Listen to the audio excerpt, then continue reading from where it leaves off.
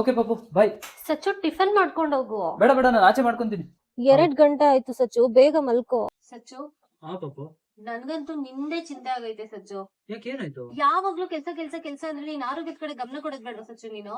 ನೋಡೋಣ ಬಿಡು ಪಾಪು, ಅದು ಯಾವಾಗ್ಲೂ ಹಿಂಗೆ ಹೇಳ್ತೀಯ ಸಚ್ಚು ನೀನು, ಅವಾಗ ನೋಡೋಣ ಇವಾಗ ನೋಡೋಣ ಅಂತ. ಆರೋಗ್ಯ ಒಂದ್ಸತಿ ಹಾಳಾದ್ರೆ ಮತ್ತೆ ವಾಪಸ್ ಬರಲ್ಲ. ಇವಾಗ ಏನ್ ಮಾಡ್ಬೇಕು? ನಾನ್ ಒಂದ್ ಹಾಸ್ಪಿಟಲ್ ನೋಡಿದೀನಿ, NU ಹಾಸ್ಪಿಟಲ್ಸ್ ಅಂತ, ಅಲ್ಲಿಗೆ ಹೋಗೋಣ. ಎಣ್ಣೆ ಹಾಸ್ಪಿಟಲ್ ಯಾಕೆ ಪಾಪು? ನನ್ ಸಚ್ಚುಗೆ ಯಾವತ್ತೂ ನಾನು ಬೆಸ್ಟೇ ಚೂಸ್ ಮಾಡೋದು.